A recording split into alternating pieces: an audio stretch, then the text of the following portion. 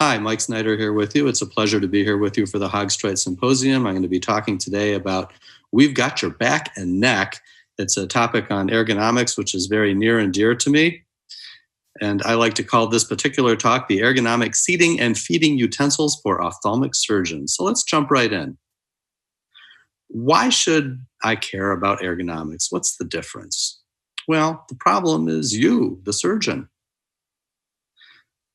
Stiff neck, anybody in the audience? I'm pretty sure there's at least a few people in the stiff neck territory here, because if we look at, here's just an image pulled right off the internet of an ophthalmic surgeon sitting at the microscope. And I want to point out a couple things. First, look at the position of the spine there.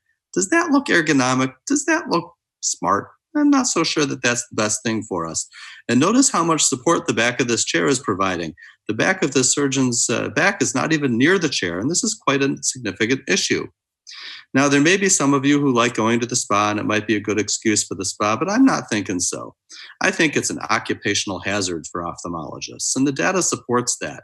If you look at C-spine disease among ophthalmologists, we have 54% of respondents in a UK study with significant back pain. They're not the only ones. In the group of American ophthalmologists, 52% reported neck, upper body, lower back pain. 15% had to limit their work as a result of this. And if we go to the other parts of the world, we see that from a survey of vitreoretinal surgeons, 55%, it's not just anterior segment, it's not just posterior segment. 7% of ophthalmologists, just a little under 1 in 10, required surgery. Who wants to do that? So I was giving this talk, practicing one time on an airplane on the way to one of the meetings, and my seatmate had been looking over my shoulder and said, "What is this all about?" And I said, "Well," I explained a little bit of the couple slides. And they said, "Oh, so it's like black lung disease for coal miners and ophthalmologists." Yeah, actually it is. And that's important for us to keep in mind. Also, we should talk about our facile surgical maneuvers. When we talk about joint sensitivity, the most sensitive point of a joint's function is in its mid-range of motion. When we look at this picture again, we notice that the forearms are flat to the floor.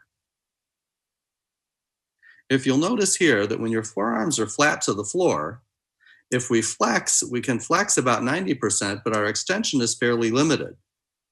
If, on the other hand, we change our positioning so that our arms are more up and down, more vertical to the floor, our flexion and our extension are each about 50%, and we're working in that midpoint of rotation.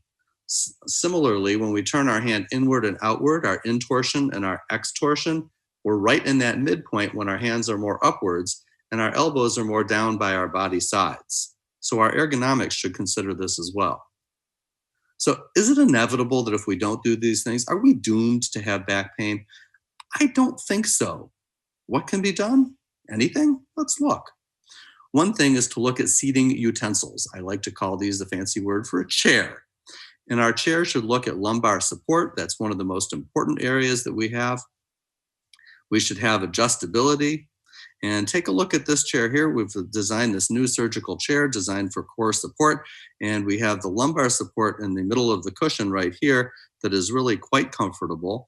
And it follows the lordosis of the back. Now let me demonstrate it. This is my partner, Dr. Katana, sitting in this chair while doing surgery. And notice how upright his spine is in comparison to that initial image that you saw that we pulled off the net, right? His spine is completely upright. And I also want to call your attention over to the side here and look at how well his lumbar lordosis is supported by this chair.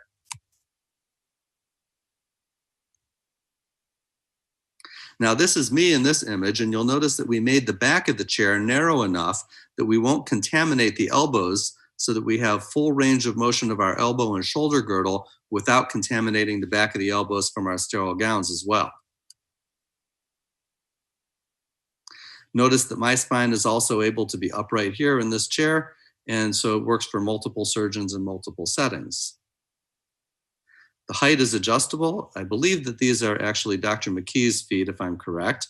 And you can see the chair comes up and down with pedal control. It's really quite easy to manipulate. And in fact, not only is it adjustable, but there's a graded adjustability, so your team can adjust it to a particular number for you. And I think that that's actually pretty cool when we're adjusting for height. As it turns out, you might have noticed that there's these very colorful socks. And I asked Dr. McKee if these were his socks. He said, no, it's one of his technicians. At least he said that. But that height adjustability is really quite nice. Also notice that the little tootsies on the toes here are also protected one to another. So maybe it is Dr. McKee's feet, maybe it's his technician, but I think that's pretty cool nonetheless. Now, as it turns out, we're not all built the same, and some of our lumbar lordosis is a little higher or lower than others. Again, we have adjustability for that, and we also have a scale so that we can say for our technicians, yes, I'm a 2.5, so please have the scale set at 2.5 for my adjusted height, maybe 6 for my adjusted lumbar height. So we have all of these things to fit ourselves to our surgical chair. Similarly, some of us sit a little further back in the chair, some of us sit a little further forward, and notice that we can also use the pre-set measurements for this as well. This actually chair is available through Haag-Streit at coresurgicalchair.com and should be hitting the shelves shortly. So what else can I do to help myself as far as my neck and back? Well, one thing that I learned many years ago is to tilt the microscope. And I learned this from Bruce Wallace, and I thank him every day that I'm in the operating room. This is a slide that I took years ago. Notice that we've got the patient's head turned off to the side about 30 degrees. And this is an old rigid style microscope, which we have tilted at about 30 degrees. It's important for our red reflex to be coaxial with the microscope and to the eye, but it doesn't need to follow gravity for us, at least not for us in the anterior segment. So notice that my spine is able to be upright. This is actually a picture of me. You can see that it's an old picture because I've got dark hair back here. But I want to let you know that I still sit at the same tilt even with my current gray hair. And the ergonomics are equally as good, if not better, with now our more adjustable microscopes. Now, even for surgeons who like sitting at the head of the bed, the retinal surgeons need to do that. One of the things that we can now do is use a surgical microscope that has an adequate amount of horizontal optical path so that we can sit upright. This is Dr. McKee again in this image, and look at how supported his spine is and how upright he is. This is a guy who's going to have a very long and obviously brilliant surgical career. And that's in part due to this really nice long horizontal light path of the Haag-Streit microscope. Now, some people talk about the 3D monitors and the benefits of that. There might be some benefit from disconnecting the microscope from the surgeon, but all of our current microscopes still get in the way of view. And in order to see the screen, the surgeon has to kind of shift off to the side. And that does not look overly ergonomic to me. How about pedals? What do we do with our pedals and our feet? This has always been a little bit of a mystery to me. So we're going to move from the seat to the feet. And most of these pedals sit flat on the floor. Well, that's definitely not at the mid-range of our ankle joint.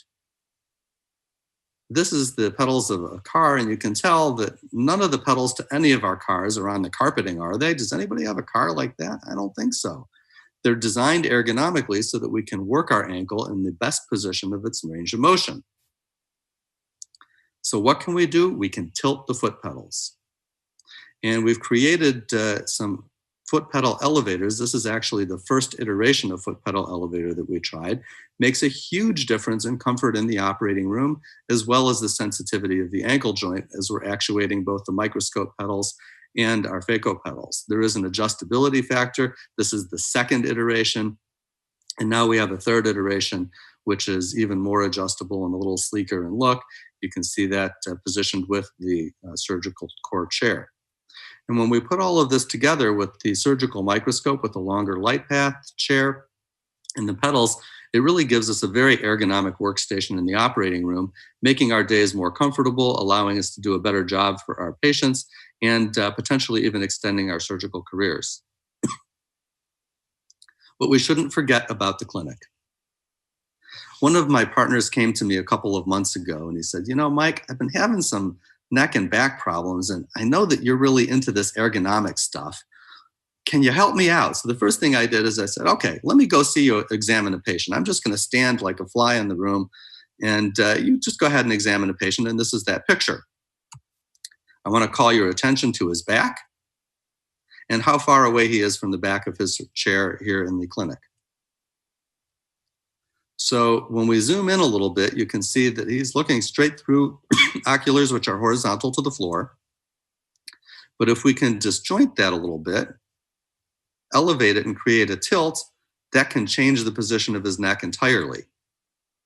Now in these two positions, one with the tilted oculars and one with the non-tilted oculars, you can see that he's in a much better ergonomic position in the slide on the right. And these are now available for the slit lamps with this tilted ocular. Makes a huge difference for lots of folks.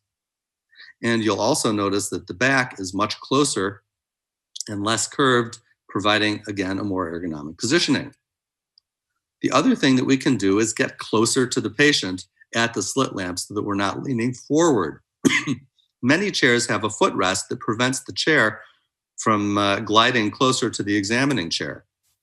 If we flip that up while we're examining the patient, we can get 6 or 8 inches closer, and this can also make a significant difference in our comfort and ergonomics. Or we can raise the chair a little bit higher and slide underneath it. So what can you do? Well, pay attention to your ergonomics. Tilt the microscope. Adjust the patient height to your preferred position in the clinic and the operating room, rather than adjusting your neck to the patient's position. Consider a better chair in the clinic and in the operating room. Adjust your hand and foot positions to maximize joint sensitivity. Consider foot pedal elevators and angled oculars. Thanks so much for your attention.